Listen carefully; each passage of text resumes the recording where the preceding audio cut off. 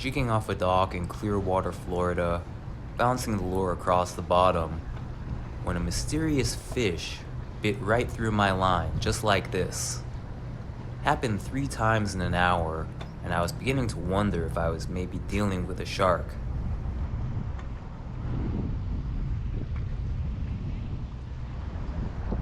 Eventually, though, we secured a fish of interest.